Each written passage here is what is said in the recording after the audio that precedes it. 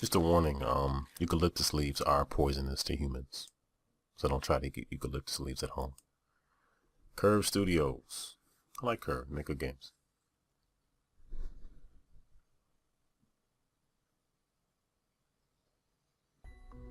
Mousecraft.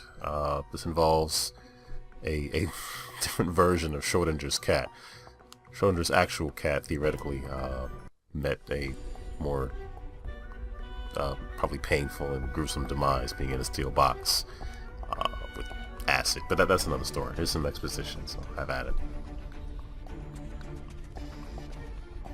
I guess I can keep talking because there's no words. I did kind of expect there to be some voiceovers, but there weren't. Which is fine. That's not really the point of this game.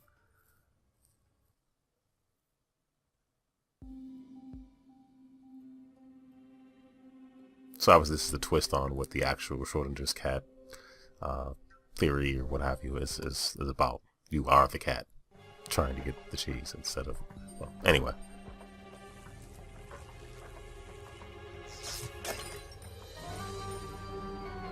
He didn't save a whole lot of money, did he?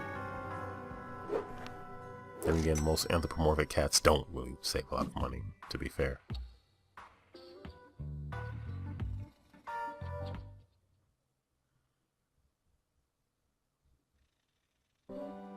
Okay, so the game is a platformer.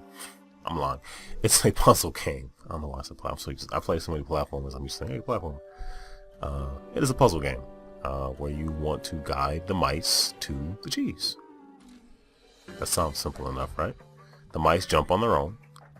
You don't have to do anything, and they will move left or right on their own. If they come to a place they can't jump, they will go back to... They'll just go back and forth. And it's your job to select Tetris-inspired blocks in order for them to be able to reach their goal, which is the cheese. Drop the block in place, the mice can jump on it, and retrieve the cheese. There's also a fast forward button, which, yeah, comes in handy so you have to watch them scamper for too long. So, the game, as most puzzle games, well-made, well-designed puzzle games, start you off, challenges are fairly simple. And the game opens up. So there's jewels that you want to get. Gems, jewels, whatever. Typically 3. Excuse me, shards. Yeah. So you are incentivized to get more shards. That means you can get more cheese, you know, more money, blah blah blah. Yeah. I guess there was a failed experiment with some robotic rats that exist, and those will be just extra hazards within the level. And this level also introduces bombs, which can be used to blow up the blocks. Blow up the right ones in order to succeed, though. And the game has a nice way of showing you new items and new things to manipulate at a pretty good clip. You saw the map screen briefly, but every, I don't know, 5 or 6 levels to kind of give you something new to try out. Now you have the jelly blocks, which you can jump from any height. The mice will die if they fall, I think, more than 4 block lengths. That will kill them, unfortunately. So you have to be careful. But it's good. This game has good pacing. It gives you, the question mark boxes are showing you new things. Don't tell you what they are, but and there's also this new hazards. Like now, they introduce water, and the mice can only be under the water for about 10 seconds, and they'll also die. But in the menus, there's also an option to kill a mouse, because I'm not perfect at these games, but I did find there were levels where I could get maybe 2 mice to the goal, but not quite all 3. So in order to have the level reach a conclusion, I had to kill one of the mice. Did I feel bad? Not really. It's not a real mouse.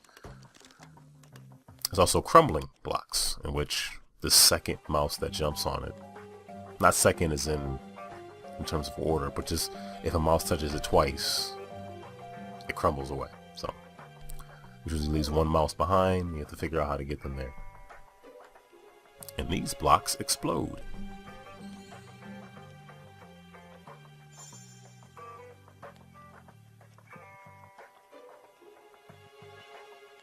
Within 1 unit range. Yeah, I died a lot from those because you'll find that if you have all 3 mice going up towards them, the first one triggers the timer to start, the second one gets close and walks by, and then by the time it explodes, the third one is standing right next to it. So it just opens it up for just more challenge.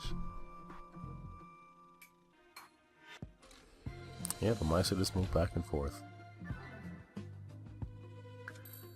until I figure out what I'm supposed to be doing, which sometimes takes a while. You can also crush the mice if you put blocks in the wrong place. So that is also a thing.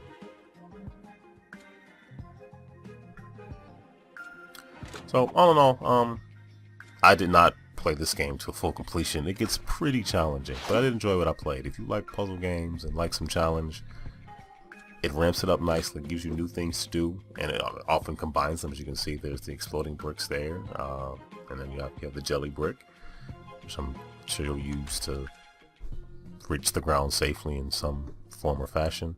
I don't know, Mousecraft is pretty cool. Well, it's not for everyone, but if you want a challenge and like puzzle games and Tetris pieces, I say go for it.